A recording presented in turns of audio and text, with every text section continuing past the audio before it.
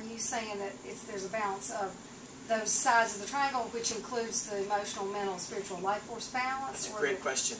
When I say congruent, yes, all sides of the triangle are congruent. And so what about emotional versus mental versus spiritual? So this energy in here then reflects the highest level of all of these at any given time. And when the triangle becomes incongruent, for instance, in a marriage, now all of a sudden, let's say we have a structure, but someone's behavior is to go on a business trip and take off the wedding ring and start sleeping with other women. That's not congruent with the structure, and so now you're going to have a really screwed up perception when you come back, although you can play the game, but the energy doesn't just go away. So now there's a skewed perception, and the other partner will pick up on that. So now what happens is slowly there's a destruction in the actual energy of which that marriage can hold. So it might go from spiritual to mental or emotional, and then, of course, the slow demise. That's one example of it. Does that make sense? Well, yeah, that does, but it makes me want to ask, like, so somebody goes off and takes the wedding ring off and does all that and comes back, and say their perception, say more about how their perception is altered. Okay, so someone goes, they play the game, they come back, but now all of a sudden, they don't see their partner the same way they used to, because how could they? Now all of a sudden you might start to pick up on all this stuff that's not right. But really that's all based on either, this need for significance, this need to prove you're not a nobody, this deep need to be right, all these kind of dynamics that can turn up in marriage, which ultimately be truly destructive.